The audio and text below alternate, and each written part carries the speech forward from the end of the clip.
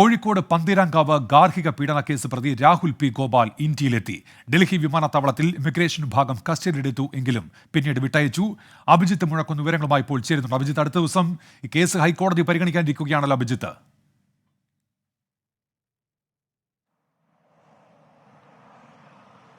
ഉന്മേഷ കേസിലെ ഒന്നാം പ്രതിയായ രാഹുൽ പി ഗോപാൽ ഇന്ന് പുലർച്ചെയോടെയാണ് ഡൽഹി വിമാനത്താവളത്തിലെത്തിയത്. ഇയാൾക്കെതിരെ ലുക്കൌട്ട് നോട്ടീസ് പുറപ്പെടുവിച്ചിരുന്നു.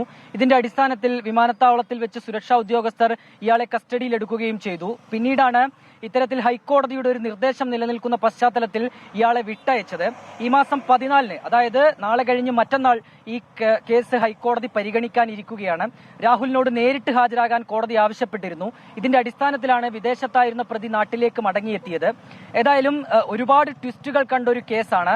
ഈ കേസ് റദ്ദാക്കണം എന്നുള്ള ആവശ്യവുമായാണ് ഒന്നാം പ്രതിയായ രാഹുൽ പി ഗോപാൽ ഹൈക്കോടതിയെ സമീപിച്ചിട്ടുള്ളത്.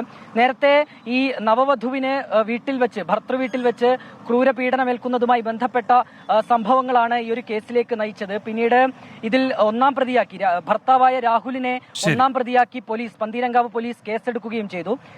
ദിവസങ്ങൾക്കിപ്പുറമാണ് ഇതൊരു മൊഴി മാറ്റുന്നതിലേക്കടക്കം ഈ പരാതിക്കാരി നമ്മുടെ ഓർമ്മയിലുണ്ട്. ഏതായാലും രാഹുൽ പി ഗോപാൽ ഇന്ത്യ തിരിച്ചെത്തിയിരിക്കുന്നു. അഭിജിത്ത് മുഴക്കൊന്നാണ് വിവരങ്ങൾ നൽകി.